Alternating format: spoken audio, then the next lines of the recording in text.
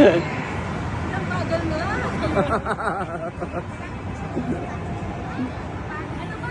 Sobrang bagal.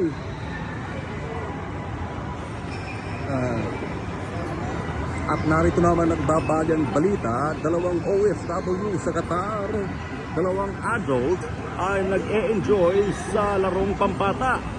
Ito ay sa kadahilanan sila ay sobrang bagot na sa kanilang buhay dito sa Qatar at hindi nila mapigil ang kanilang mga sarili na ilabas ang kanilang pagkaisip bata. Ganun pa man sila ay nag-enjoy at nagsasaya sa kanilang kiddie ride na nagkakahalagang 6 real per hour. Ganun pa man, hindi lang ang dalawang ito ang nag-iisip bata sa kasalukuyan, kundi marami ho. Mayroon pong mag-ama o mag-asawa na nag-enjoy naman sa laro ding pambata. At kung makikita natin dito, lahat po na naglalaro, mga kabataan, maliban lamang sa mga ito. Ito po ay mga full-grown individual, subalit ang kanilang pong pag-iisip ay hindi po naaakma sa kanilang edad.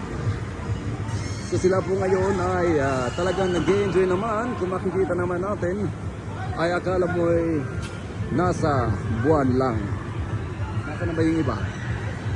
Sasalubungit mo naman natin ang dalawa pang matatanda at may kasama talagang minor de edad. Ito pong mga to ay nag-enjoy din. Kung makikita ninyo, isang bata lamang po ang nasa gitna at ang iba po ay mas on the bells na. At dyan lamang po, ayon nga nila, they want to make themselves proud. Proud na yan, sa lagay na yan ang mga matatandang ito.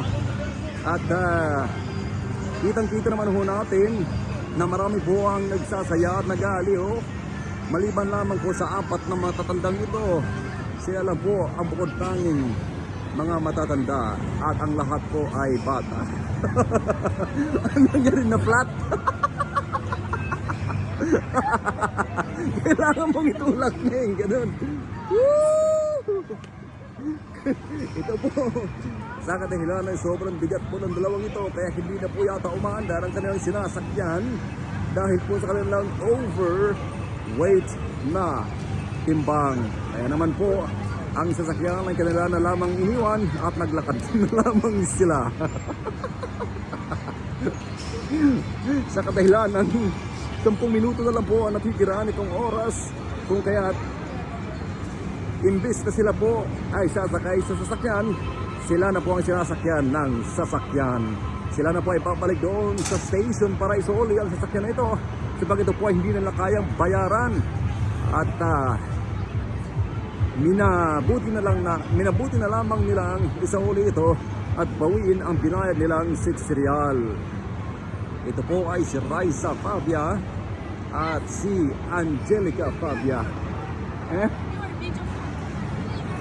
At nandito naman po, pati po ang dalawang ito ay hindi na rin po kinaya ng sasakyan. Sobrang napagod po ang dinosaur na ito sa overweight na timbang ng mga matatandang ito. Apia, baby, enjoy.